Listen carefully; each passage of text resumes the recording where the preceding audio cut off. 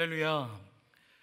우리가 인생을 살아가다 보면 자연이 우리에게 선생이 되어줄 때가 있습니다. 우리가 많은 사람들이 휴가를 떠날 때 주로 어떤 휴가지를 선호합니까? 이렇게 자연 경관이 참 아름다운 곳을 많은 사람들이 떠납니다. 그 아름다운 자연 앞에서 이렇게 좋은 사진, 멋진 사진들을 남겨서 이렇게 다른 사람들에게 보여주곤 하죠. 우리가 찬양을 부를 때도 이 자연을 찬양하면서 하나님을 노래할 때가 있습니다. 여러분, 어떤 찬양이 좀 마음 가운데 생각이 나십니까? 우리가 즐겨 부르는 찬양 중에 주님은 산 같아서 하며 뭐라고 고백합니까? 여전히 그 자리에 계시다라고 하면서 그 하나님의 그 변함없는 그 신실하심을 찬양합니다. 또 이런 찬송가를 우리가 또 힘차게 부르죠. 예수의 사랑, 예수의 사랑 모처럼 밀려온다고 고백합니까? 바다 물결처럼. 여러분, 바다 가보셨죠? 언제나 쉴 새 없이 그리고 한결같이 임하시는 예수 그리스도의 사랑을 노래하곤 합니다. 여러분, 오늘 우리가 읽은 말씀, 우리가 성경 본문을 읽지는 않았지만 오늘 말씀을 이렇게 그 문단을 살펴보면은 누가복음 12장 24절 말씀에 다음과 같이 기록하고 있습니다. 우리 함께 한번 24절 말씀 읽어보도록 하겠습니다. 함께 읽겠습니다. 까마귀를 생각하라. 심지도 아니하고 거두지도 아니하며 골방도 없고 창고도 없으되 하나님이 기르시나니 너희는 새보다 얼마나 더 귀하냐. 언제부턴가 제가 살고 있는 이 교회 근처 성내동에 까마귀가 날아들었습니다. 하나님께서 이 말씀 전하라고 이 까마귀까지 보내주시는 은혜를 겪었습니다.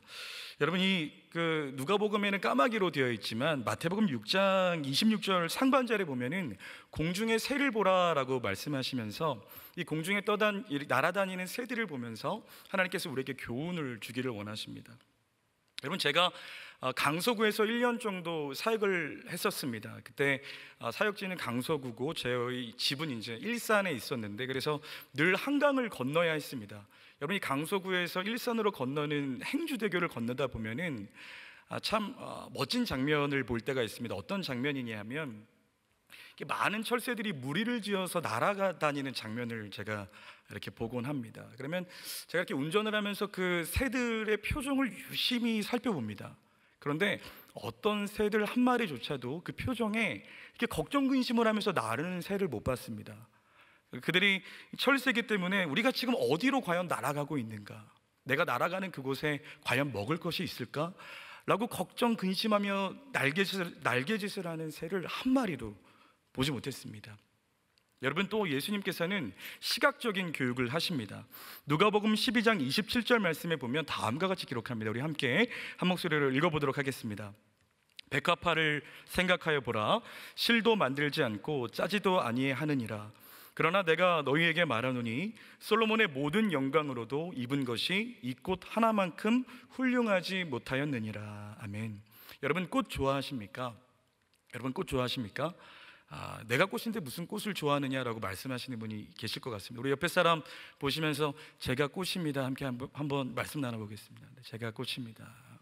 네, 이렇게 말함에도 불구하고 이렇게 웃음을 활짝 피울 수 있는 것이 이 교회의 은혜라고 생각을 합니다.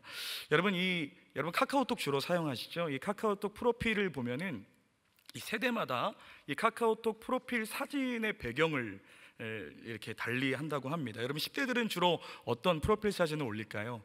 주로 연예인 사진을 올린다고 하고요. 20대는 자기 잘난 사진을 올린다고 합니다. 그리고 이 30대, 40대 정도는 이 가족 사진 중심으로 올리고, 여러분 50대 이상의 여자분들 이 자리에도 좀 몇 분 계시는데요. 50대 이상의 여자분들은 주로 어떤 프로필 사진을 올리십니까? 꽃을 많이 올리십니다. 집에서 꽃을 키우시는 분들은 100% 집에 꽃이 피면 꼭 그 사진 올리지요. 여러분, 이 꽃을 보면서 여러분은 어떠한 생각을 하십니까? 꽃 이 한 송이를 보면서 이 꽃은 왜 이렇게 색깔이 어색한 거야? 왜 이렇게 이 색깔이 조화롭지 못하지라고 생각하는 분들은 아무도 없을 것입니다. 왜 그렇습니까? 바로 창조주 되시는 하나님께서 그 꽃을 친히 디자인하시고 입히셨기 때문에 그 꽃은 정말 아름다운 꽃인 것이죠. 이처럼 하나님께서 창조하신 모든 피조 세계는 아무 염려 없이 아름답게 자기 자신의 위치를 차지합니다. 그런데 유독 인간만이 하는 특징이 있습니다. 인간만이 하는 특징이 무엇입니까? 무엇을 먹을까, 입을까, 마실까를 염려한다라는 것입니다. 여러분, 지난 2월부터 계속되어 오고 있는 이 코로나 때문에 곳곳에서 정말 신음소리가 들려옵니다. 도저히 먹고 살기가 참 힘들다라는 신음소리가 들려옵니다. 또 어저께까지만 해도 집중호우가 계속 쏟아져 내리지 않았겠습니까? 이렇게 집중호우 가운데 계신 많은 분들도 여전히 고통스러운 목소리를 말씀하십니다. 그래서 여러분, 오늘 제가 여러분들에게 또 하나님께서 주시는 이 말씀을 통해서 큰 힘을 얻게 되시는 은혜가 있으셨으면 좋겠습니다. 우리 인생 가운데 살아갈 때 무엇을 먹을까, 입을까, 마실까의 염려는 사실 언제나 찾아오게 되어 있습니다. 바로 이러한 염려와 걱정이 찾아올 때 하나님이 언제나 그 자리에 함께 하시며 언제나 우리에게 말씀하시는 하나님이 계시다라는 사실을 우리가 깊이 인정하기를 소망합니다. 여러분, 예수님께서는 이 무엇을 먹을까, 마실까, 입을까에 대한 이것을 생각하는 사람들에 대해서 믿음이 작은 자들아 라고 말씀하십니다. 오늘 28절 말씀 함께 한번 읽어보도록 하시겠습니다. 오늘 있다가 내일 아궁이에 던져지는 들풀도 하나님이 이렇게 입히시거든 하물며 너희일까 보냐, 믿음이 작은 자들아 라고 말씀하십니다. 여러분, 이와 같은 고민, 무엇을 먹을까, 입을까, 마실까의 고민은 믿음과 예수님께서 연결을 시킵니다. 믿음이 작은 자들의 고백이다라는 것을 말씀하고 계십니다. 여러분, 새들도 꽃들도 하지 않는 고민을 우리가 하지 말아야 된다라고 주님은 말씀하고 계시는 것입니다. 이 자리에 그 어떠한 분도 내게 하나님 작은 믿음 주십시오라고 기도하는 분들은 아무도 없을 것입니다. 그렇죠? 그렇기 때문에 오늘 이 시간을 통해서 하나님, 우리에게 큰 믿음을 주십시오. 여러분, 우리가 큰 믿음을 갖기 위해서 오늘 이 말씀이 참 중요할 텐데요. 여러분, 이 무엇을 먹을까, 입을까, 마실까에 대한 고민은 예수님께서 누가 하는 고민이다라고 말씀하셨냐면 누가복음 12장 30절 상반절에 다음과 같이 기록합니다. 이 모든 것은 세상 백성들이 구하는 것이다 라고 주님은 말씀하십니다. 여러분, 세상 백성들이 구하는 것이다. 세상 사람들은 누구입니까? 하나님을 모르며 살아가는 사람들입니다. 하나님을 모르고 믿지 않는 사람들을 의미하는 것이죠. 여러분, 세상 사람들을 보십시오. 여러분, 세상 사람들 온통 이 세 가지에 집착하면서 이 세 가지를 구하며 살아가고 있습니다. 이 자본주의의 상징이라고 말하는 백화점을 가보더라도 이것이 여실히 드러납니다. 여러분, 무엇을 먹을까? 값비싼 레스토랑이 백화점에 질비하고 또 비싼 옷들이 그 백화점 안에 가득하지 않겠습니까? 그리고 또 정말 상상할 수 없는 가격에 몇십 년 산, 몇백 년 산 하면서 이런 양주나 와인 같은 것들이 팔려나가고 있습니다. 여러분, 세상 사람들이 왜 그런 것들을 사고 입고 먹습니까? 그것을 통해서 나의 존재감을 드러내기 위해서, 나의 존재감을 확인받고자 그 일을 하는 것이죠. 그런데 예수님께서는 세상 사람들과 하나님의 백성은 반드시 구분되어야 된다라고 말씀하고 계십니다. 하나님의 백성들은 더 높은 가치를 추구하며 살아야 된다라고 말씀하시는 것이죠.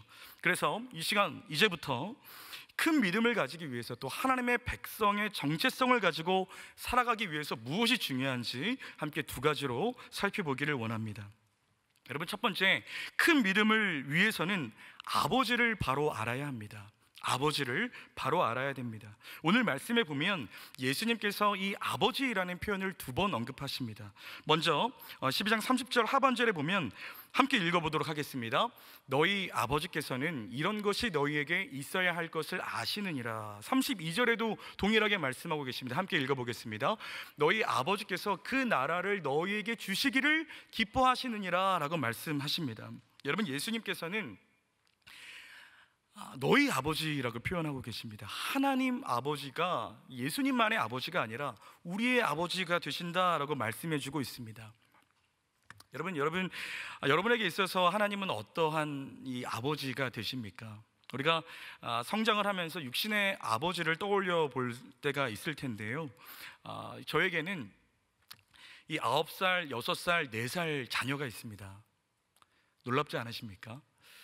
이 딸 아들 이렇게 제가 300점짜리 아빠가 되었는데요. 이 9살 첫째 딸이 9살입니다. 그래서 이 말씀을 준비하면서 제가 어느 날 이 아침에 식사를 같이 하면서 제가 첫째 딸 하온이에게 이렇게 질문을 합니다. 하온아, 하나님을 우리가 아버지라고 부르잖아. 그리고 아빠도 아버지잖아. 그러면 하나님 아버지랑 아빠랑 닮은 점이 뭐가 있을까? 뭐가 좀 비슷한 것 같아? 라고 하니까 이 하온이가 이렇게 대답을 하는 거예요.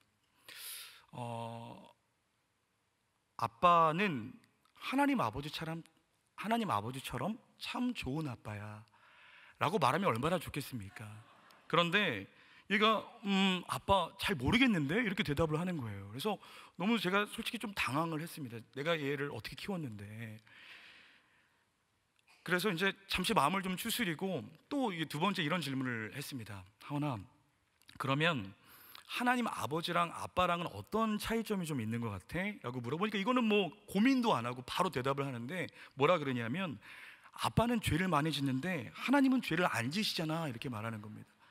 그래서 그 이후에 지금 딸과 한동안 대화를 못하고 있는데 정말 여러분, 제가 이번 설교를 좀 준비하면서 굉장히 인상적으로 읽었던 책이 있습니다. 여러분들도 꼭 읽어보셨으면 너무 좋겠는데요. 이 마이클 리브스라는 이 영국 신학자가 쓴 이 선하신 하나님이라는 책입니다. 여러분, 이 책에서 이렇게 신선한 질문을 좀 던지는데 여러분 한번 답해 보십시오. 여러분, 우리가 어떤 질문을 던지냐면 창세 전에 성부 하나님, 즉 하나님 아버지께서는 무엇을 하고 계셨을까요? 라는 질문입니다. 여러분, 우리가 흔히 알고 있는 것은 창세기 1장 1절에 뭐라고 기록하고 있습니까? 태초에 하나님이 천지를 창조하시니라. 태초부터 일어난 사건은 알고 있는데 태초 전에 일어난 사건에 대해서 질문을 하는 겁니다. 태초 전에 하나님 아버지는 과연 무엇을 하고 있었는가라는 질문인데 여러분, 이 질문에 어떻게 한번 답해 보시겠습니까? 창조 전에 성부 하나님께서 무엇을 하셨냐면 바로 사랑하셨습니다. 사랑을 하고 계셨습니다. 여러분, 누구를 사랑하고 계셨을까요? 바로 성자 하나님이신 예수님을 사랑하고 계셨습니다. 요한복음 17장 24절에 예수님께서 이것을 말씀해 주시는데요, 함께 한번 읽어보도록 하시겠습니다. 아버지여, 내게 주신 자도 나 있는 곳에 나와 함께 있어 아버지께서 창세전부터 나를 사랑하심으로 내게 주신 나의 영광을 그들로 보게 하시기를 원하옵나이다. 아멘. 여러분, 이 성부 하나님께서는 창세전부터 누구를 사랑하셨다라고 말씀하고 있습니까? 바로 이 성자 하나님 되시는 예수님을 사랑하고 계셨다라고 말씀하고 있습니다. 또한 이 사랑은 성령님과 함께하는 사랑입니다. 성령 하나님과 함께하는 사랑인데 요한복음 15장 26절에 보면 다음과 같이 기록하고 있습니다. 우리 함께 한번 15장 26절 읽어보도록 하겠습니다. 내가 아버지께로부터 너희에게 보낼 보혜사 곧 아버지께로부터 나오시는 진리의 성령이 오실 때에 그가 나를 증언하실 것이요 라고 예수님 말씀하고 계십니다. 성부 하나님께로부터 나오는 성령 하나님께서는 오직 성자 하나님이신 예수님을 증언하는 일을 하신다. 이 증언하는 일이 무엇이냐면 너무나 성자 예수님을 사랑하셔서 그를 자랑하시고 드러내시는 일을 하시는 분이 바로 이 성령 하나님이 하시는 일입니다. 이처럼 이 성부, 성자, 성령 하나님 삼위일체 되시는 하나님께서는 서로를 지극히 사랑하셨습니다. 서로를 지극히 사랑하셨기 때문에 우리는 하나님을 사랑이시라라고 고백합니다. 요한일서 4장 8절에 보면 다음과 같이 기록하지요. 하나님은 사랑이심이니라. 아멘. 여러분, 제가 여러분들에게 드리고 싶은 말씀의 핵심은 이렇습니다. 세 분의 하나님은 너무나 서로를 사랑하셨습니다. 그래서 이 사랑이 흘러넘쳐서 천지를 창조하십니다. 그리고 천지를 창조하신 이후에 이 사랑을 인격적으로 너무 나누고 싶으셔서 누구를 창조하십니까? 바로 우리 인간을 창조하십니다. 그래서 우리를 창조하신 목적이 무엇인가? 우리를 창조하신 목적이 무엇입니까? 바로 하나님을 사랑하기 위해서다. 하나님과 사랑하기 위해서 우리를 창조하셨다라는 것입니다. 하나님과의 이 충만한 사랑을 경험하며 이 세상을 살아가도록 우리를 창조하셨다라는 것입니다. 그런데 우리 인간편에서 그 사랑을 저버립니다. 인간 스스로가 하나님을 사랑하는 것이 아니라 자기 스스로를 사랑하기 시작합니다. 자기 자신을 사랑하는 존재로만 전락을 하게 되는 것입니다. 그래서 이 사랑을 회복하시고자 성부 하나님께서는 친히 누구를 보내십니까? 성자 하나님이신 예수님을 이 땅 가운데 보내신 것입니다. 하나님이 세상을 이처럼 사랑하사 독생자를 주셨으니, 이 독생자이며 성자 하나님이신 예수님이 이 땅 가운데 오셨습니다. 그리고 이 땅 가운데 오신 이 예수님께서 하신 일이 여러분 무엇입니까? 예수님께서 이 땅 가운데 오셔서 하신 일은 진정한 사랑을 우리에게 보여주길 원하셨습니다. 친히 어떻게 사랑하는 것이 진짜 사랑하는 것인지를 보여주고 싶어 하셨습니다. 그래서 우리를 위해서 죽으셔야만 했던 예수님은 죽음 바로 직전까지도 무엇을 하셨습니까? 바로 사랑을 하셨습니다. 요한복음 13장 1절의 말씀입니다. 우리 함께 읽어보도록 하시겠습니다. 6월절 전에 예수께서 자기가 세상을 떠나 아버지께로 돌아가실 때가 이룬 줄 아시고 세상에 있는 자기 사람들을 사랑하시되 끝까지 사랑하시니라. 아멘. 예수님께서 이 땅 가운데 하신 일은 끝까지 사랑하신 일을 하셨습니다. 그리고 그 가장 큰 사랑을 실천하시고 완성하시고자 또한 이렇게 말씀하십니다. 요한복음 15장 13절의 말씀입니다. 함께 읽겠습니다. 사람이 친구를 위하여 자기 목숨을 버리면 이보다 더 큰 사랑이 없나니. 그리고 예수님께서는 십자가에 오르셨고 스스로 죽음을 선택하셨습니다. 예수님이 우리를 너무나 사랑하시기 때문에 우리를 위하여 죽으신 것입니다. 그러나 예수님은 죽음에 머물러 있지 않으시고 성령 하나님께서 친히 그를 살리사 부활의 몸을 입고 여전히 이 땅을 다스리시며 통치하고 계십니다. 이 하나님의 크고도 넓은 사랑을 여러분 믿으십니까? 하나님께서 우리를 위하여 너무나 사랑하셔서 십자가에 죽기까지 사랑하신 이 사랑을 여러분 믿으십니까? 여러분 그 사랑을 믿으신다면 너무나 자연스럽게 다음의 삶으로 우리의 삶이 이어지게 되어 있습니다. 여러분 예수님께서 우리에게 믿음이 작은 자들아 책망받는 삶이 아니라 우리가 큰 믿음을 가지며 살아가기 위해서 두 번째 중요한 것이 무엇이냐면 그의 나라를 사는 것입니다. 그의 나라를 살아야 한다라는 것입니다. 여러분 오늘 말씀 31절의 말씀 다 같이 함께 한 목소리로 읽어보도록 하시겠습니다. 다만 너희는 그의 나라를 구하라. 그리하면 이런 것들을 너희에게 더하시리라. 아멘.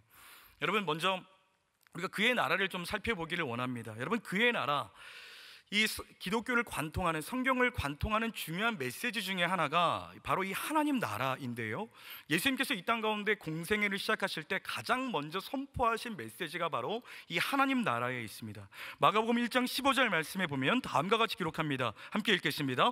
이르시되 때가 찼고 하나님의 나라가 가까이 왔으니 회개하고 복음을 믿으라 하시더라. 아멘. 예수님께서 이 땅 가운데 오셔서 제일 처음 선포하신 메시지가 바로 이 하나님의 나라에 관련된 것이었습니다. 여러분 하나님 나라 하면은 공의와 사랑으로 다스리는 나라가 바로 하나님의 나라입니다. 공의와 사랑으로 다스리는 나라, 바로 하나님의 나라인 것입니다. 이것을 우리는 샬롬의 나라, 평화의 나라라고 말합니다. 여러분 공의가 무엇입니까? 쉽습니다. 불의와 타협하지 않는 것입니다. 그리고 의로운 삶을 살아가는 것입니다. 연약한 자들의 삶을 돌아보고 그들을 보호하며 억울한 자가 없게 하는 것이 바로 이 공의입니다. 그래서 우리가 대표적으로 아는 공의에 대한 말씀, 아모스서 5장 24절에 보면 다음과 같이 기록하고 있습니다. 함께 읽어보겠습니다. 오직 정의를 물같이 공의를 마르지 않는 강같이 흐르게 할지니어다. 아멘. 여러분이 공의와 정의, 공평하고 정의로운 삶을 우리들의 각자의 모든 삶의 영역에 구현해 나가는 것이 바로 하나님의 나라를 살아가는 사람들의 모습이라는 것입니다. 여러분이 하나님의 나라를 실현할 수 있는 너무나 중요한 두 가지 계명을 우리에게 주셨는데 무엇입니까? 하나님을 사랑하고 이웃을 사랑하는 것에 있습니다. 우리 예수님께서 마태복음 22장 37절에서 40절에 이런 말씀을 우리에게 허락하셨습니다. 우리 함께 이 말씀 마음에 새기며 읽어보겠습니다. 예수께서 이르시되 내 마음을 다하고 목숨을 다하고 뜻을 다하여 주 너희 하나님을 사랑하라 하셨으니 이것이 크고 첫째 되는 계명이요 둘째도 그와 같으니 내 이웃을 내 자신같이 사랑하라 하셨으니 이 두 계명이 온 율법과 선지자의 강령이니라. 아멘. 우리는 예수님을 믿음으로 말미암아 구원을 얻습니다. 여러분 믿으십니까? 우리가 예수님으로 말미암아 구원을 얻으면 우리는 더 이상 이 땅의 삶을 살아가지만 하늘의 시민권을 가지고 살아가는 삶을 살아가게 되어 있습니다. 여러분, 하나님 나라의 이 시민권을 가지고 이 땅 가운데 하나님의 나라를 이루어가는 사람의 가장 중요한 계명은 하나님을 사랑하는 것과 이웃을 사랑하는 것에 있습니다.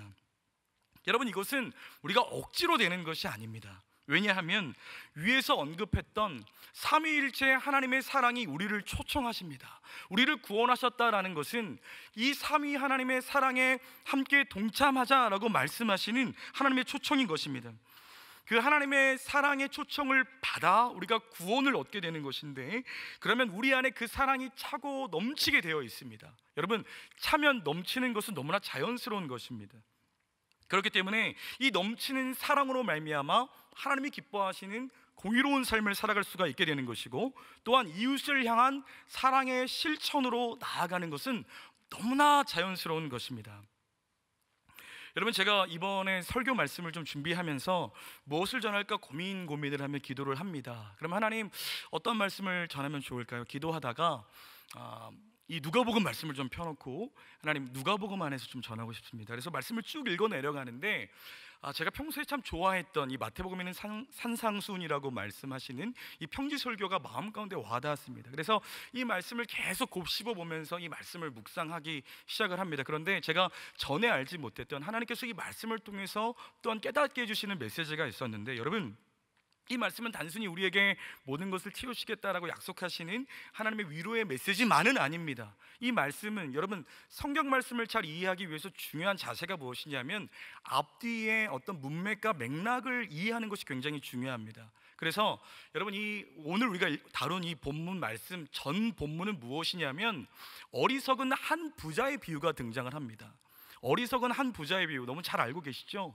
이 한 부자는 너무나 많은 소득을 거둬서 창고를 늘립니다. 그래서 내가 정말 쌓아둘 곳이 없게 한번 쌓아보자. 그래서 마음껏 쌓아둔 다음에 하는 말이 이제 됐다, 즐기자라고 말하는데, 그날 밤 그 영혼을 하나님께서 찾아가신다 라고 말씀하시는 굉장히 무서운 비유입니다. 근데 우리가 오늘 다뤘던 본문, 다음 본문은 무엇이냐면 선한 청지기에 대한 비유의 본문입니다. 여러분, 선한 청지기도 역시 재물과 관련되어 있는 본문입니다. 하나님께서 맡겨주신 것을 잘 관리해야 된다라고 말씀하시는 것이죠. 그래서 오늘 제가 여러분들에게 드리는 이 말씀은 굉장히 재물과 깊은 관련이 있는 말씀이다라는 것입니다. 여러분, 재물을 나누는 것이 쉽습니까? 어렵습니까? 재물을 나누는 것이 쉽습니까? 어렵습니까? 어렵죠. 우리의 인생 가운데 이 재물은 중요합니까? 중요하지 않습니까? 중요합니다. 그래서 예수님께서는 총 39가지의 비유로 말씀을 하시는데 그 중에 11개를 이 재물과 관련된 비유로 드십니다. 그 중에 우리가 대표적으로 알고 있는 재물과 관련된 중요한 구절이 무엇입니까? 바로 마태복음 6장 24절이죠. 우리 한 목소리로 한번 읽어보도록 하시겠습니다. 한 사람이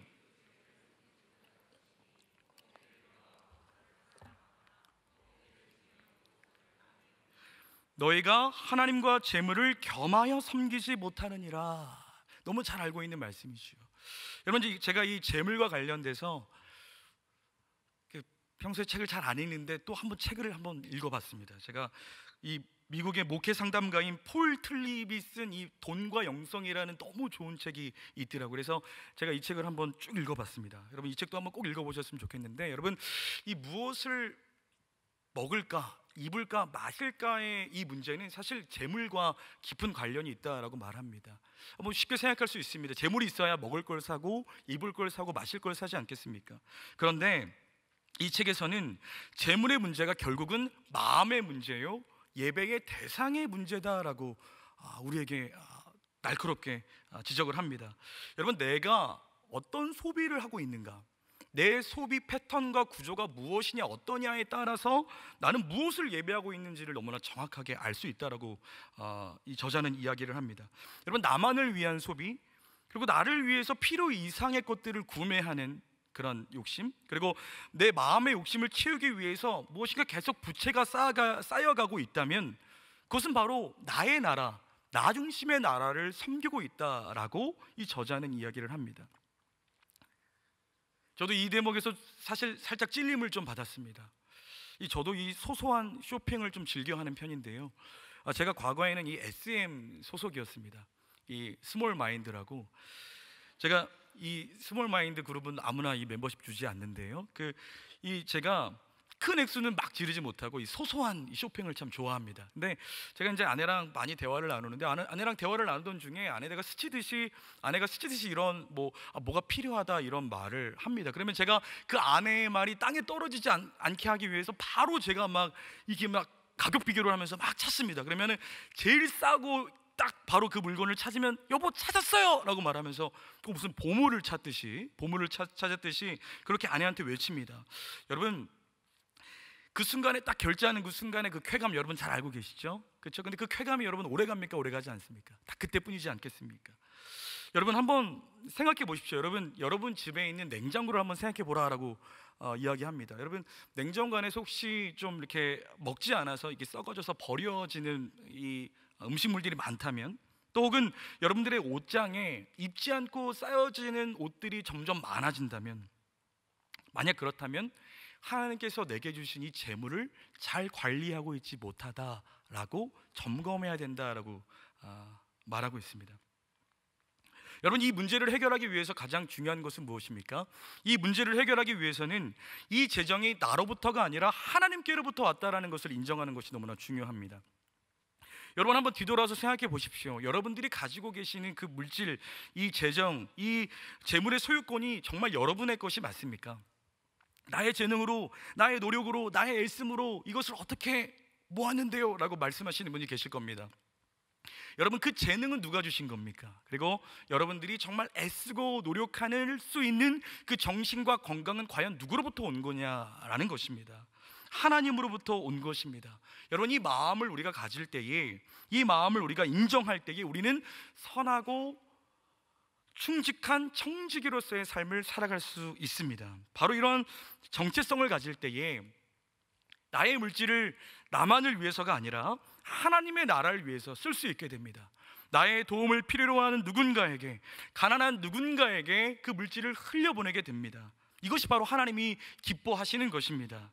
여러분, 하나님의 나라의 다스리심을 받기를 원하십니까? 아멘이십니까? 하나님의 나라의 다스림을 받으면 재물을 다스릴 수가 있습니다. 그런데 우리가 반대로 재물이 나를 다스리기 시작할 때 결코 우리는 하나님의 나라의 다스림을 받을 수가 없게 됩니다. 이 자리에 계시는 저와 여러분 모두가 하나님의 나라의 다스리심을 받아 재물을 능히 다스릴 수 있는 삶을 살아가시는 우리 모두가 되기를 간절한 마음으로 축원을 드립니다. 아멘. 여러분, 우리가 하나님 나라를 지속적으로 살아갈 수 있는 동력인 기도에 대해서 잠깐 살펴보기를 원합니다. 우리가 하나님의 나라를 지속적으로 살아갈 수 있는 동력은 기도로부터 얻습니다. 누가복음 12장 31절의 말씀 같이 우리 한 목소리로 읽어보도록 하시겠습니다. 다만 너희는 그의 나라를 구하라. 그리하면 이런 것들을 너희에게 더하시리라. 아멘. 여기서 다만이라는 단어는 오직이라는 단어로 이 헬라어로 바꿔서 사용할 수가 있는데요, 오직 너희는 그의 나라를 구하라 라고 말씀하고 있습니다. 구하라 라는 것은 기도하라 라는 하나님의, 예수님의 촉구입니다. 오직 그의 나라를 지속적으로 구하는 기도만이 우리가 하나님의 나라를 살아갈 수 있는 힘을 제공받는다라고 말씀하시는 것입니다. 여러분, 주기도문 다 외우고 계시죠? 이 주기도문 함께 한번 앞부분만 좀 외워보도록 하겠습니다. 시작.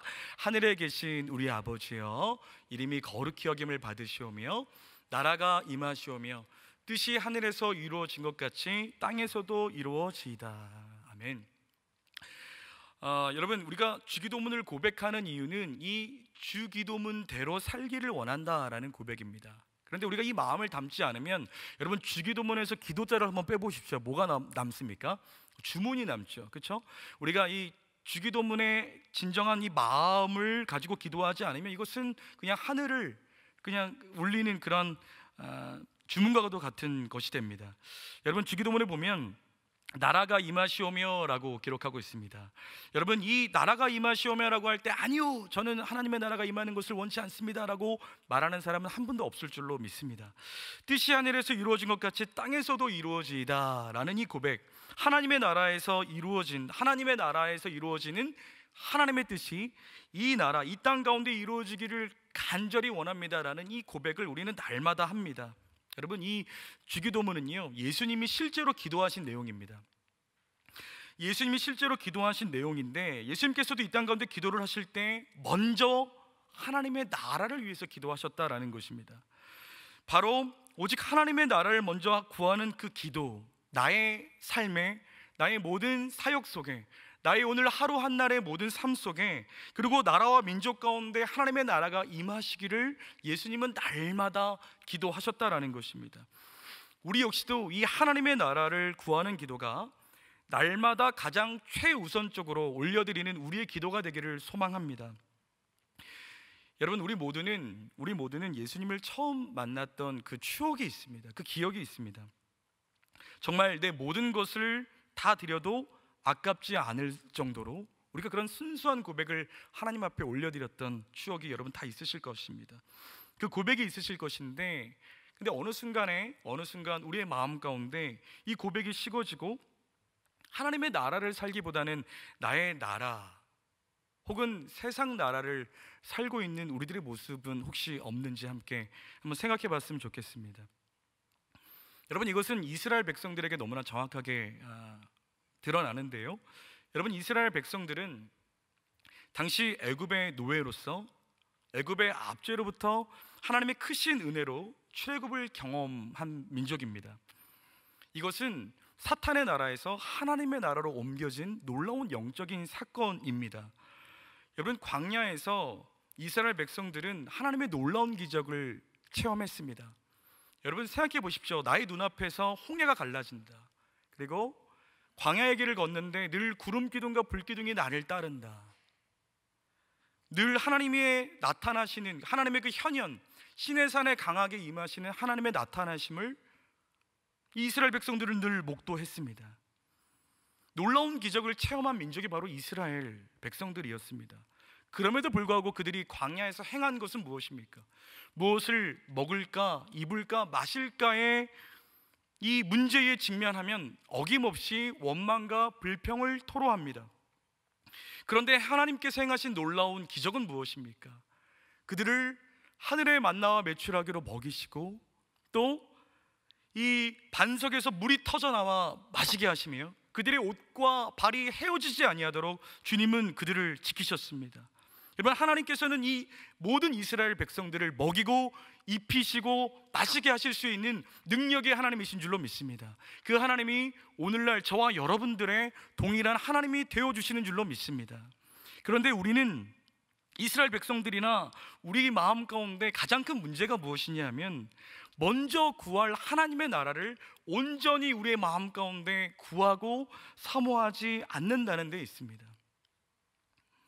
여러분, 이스라엘 백성들은 출애굽의 깊은 감격을 경험했음에도 불구하고 어느 순간부터 하나님께서 약속하신 가나안 땅을 소망하는 것이 아니라 그 당시에 가장 강성했던 애굽 나라를 그리워하는 이스라엘 백성들의 삶을 우리는 살펴볼 수가 있습니다. 우리 역시도 어느 순간부터 이 사탄의 나라로부터 건진받은 이 구원의 깊은 은혜와 감격이 있음에도 불구하고 세상의 좋은 것들에 우리의 마음과 눈을 빼앗긴 채 살아가고 있지는 않은지 오늘 이 시간 함께 돌아보기를 소원합니다.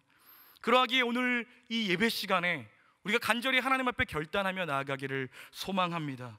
여러분, 무엇을 결단해야 되겠습니까? 이 땅에서 오직 하나님만을 신뢰하며 하나님의 나라를 위해서 살겠습니다.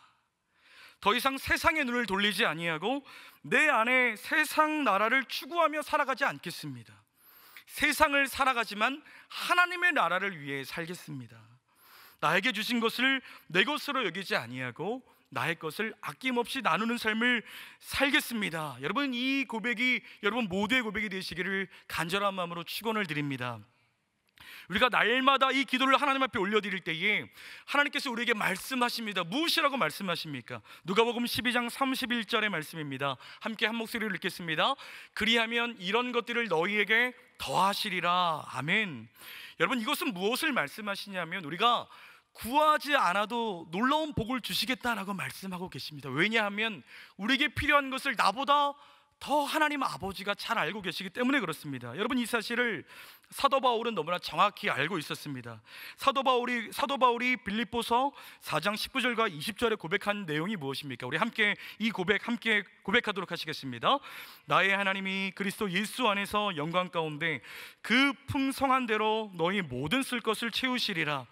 하나님 곧 우리 아버지께 세세 무궁하도록 영광을 돌릴지어다. 아멘. 사도 바울은 이 비밀을 아는 자였습니다. 하나님의 나라를 살아갈 때 우리에게 필요한 것을 넘치도록 부어주시는 하나님의 은혜를 이 사도 바울은 알고 있었던 사람이었습니다. 여러분, 그런데 한 가지 주의하십시오. 하나님이 채워주시는 복은 단순히 물질적인 것에 국한되어 있지 않습니다. 여러분, 궁극적으로는 영적인 것들입니다.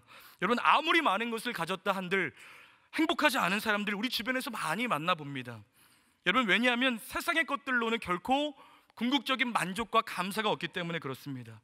내가 가진 것보다 남이 가진 것이 더 좋아 보이는 것이 세상 사람들의 눈입니다.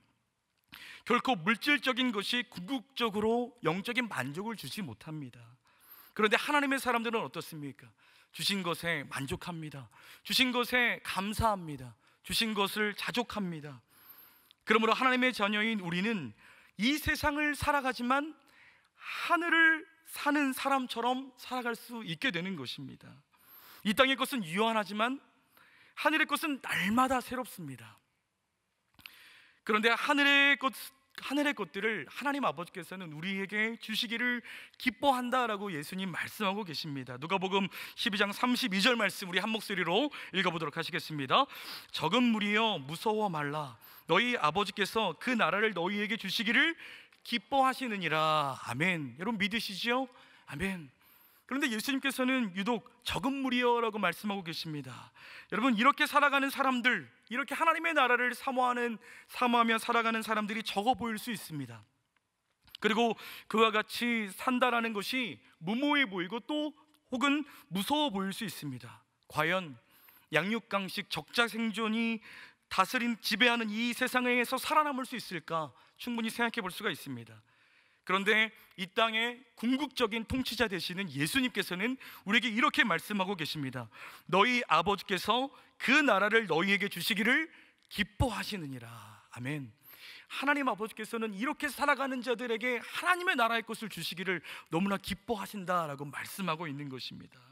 여러분, 무엇이 더 지혜로운 삶입니까? 여러분, 유한한 것에 매달려서 만족함 없이 사는 것이 지혜로운 인생입니까? 아니면 하나님의 무한한 자원을 마음껏 누리며 살아가는 것이 지혜로운 인생입니까? 여러분, 하나님의 나라는요, 날마다 솟아나는 샘물과 같다라고 표현합니다. 날마다 솟아나는 샘물. 여러분, 이 샘물과 함께하는 저와 여러분 모든 삶이 되기를 소망합니다.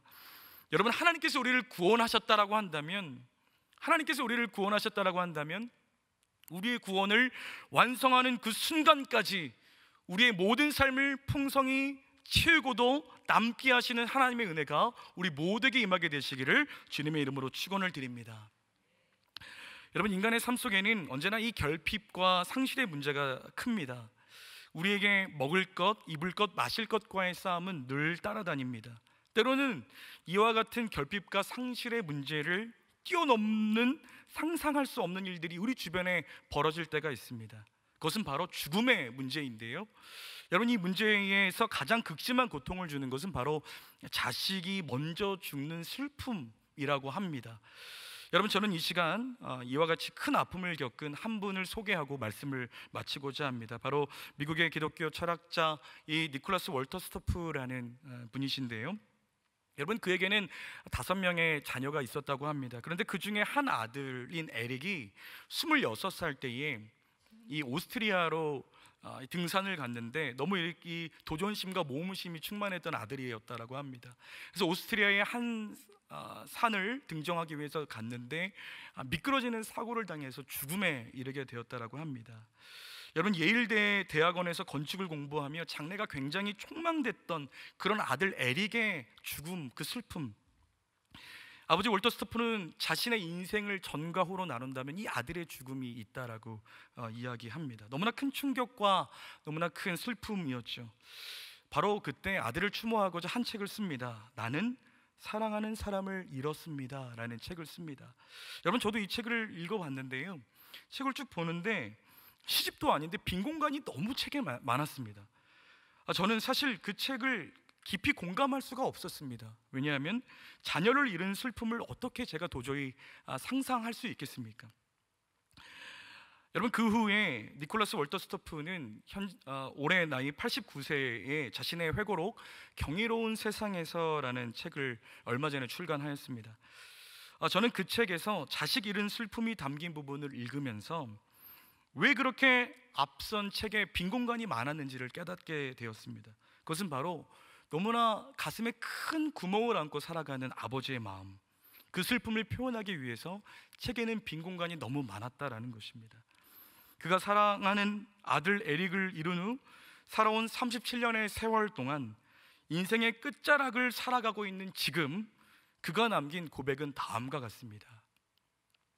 나에게 더욱 신비로운 존재가 되신 하나님은 또한 더욱 경외로운, 이해할 수 없을 만큼 경외로운 존재가 되셨다. 그리고 그로 인해 하나님이 인간에게 관심을 가지신다라는 사실이 주는 놀라움은 더욱 커졌다라고 그는 고백합니다.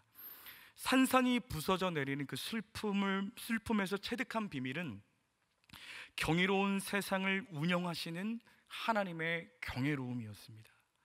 그리고 그분이 가지신 사랑의 크기를 그는 경험하였습니다. 이 깨달음으로 얼마나 많은 사람들에게 위로와 도전을 주는지 모릅니다. 여러분, 하나님께서 우리에게 원하시는 삶이 이와 같지 않을까 생각합니다.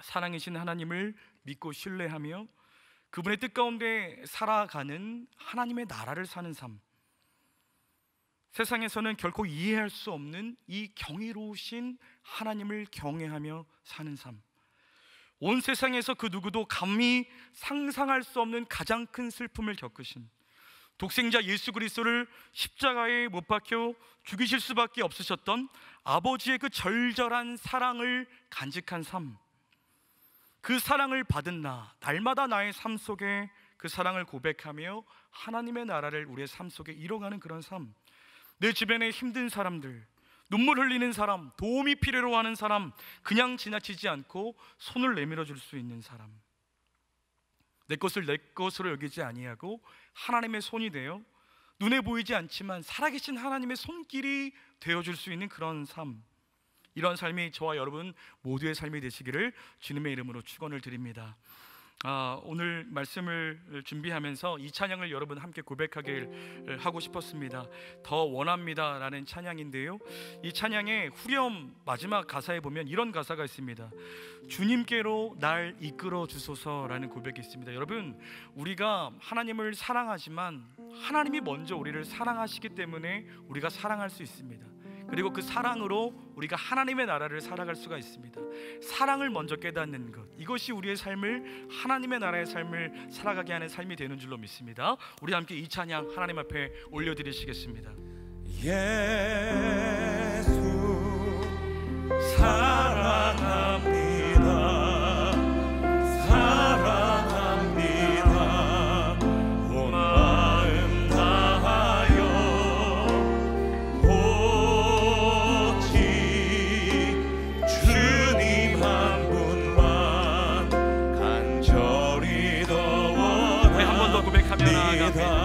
예수 사랑합니다.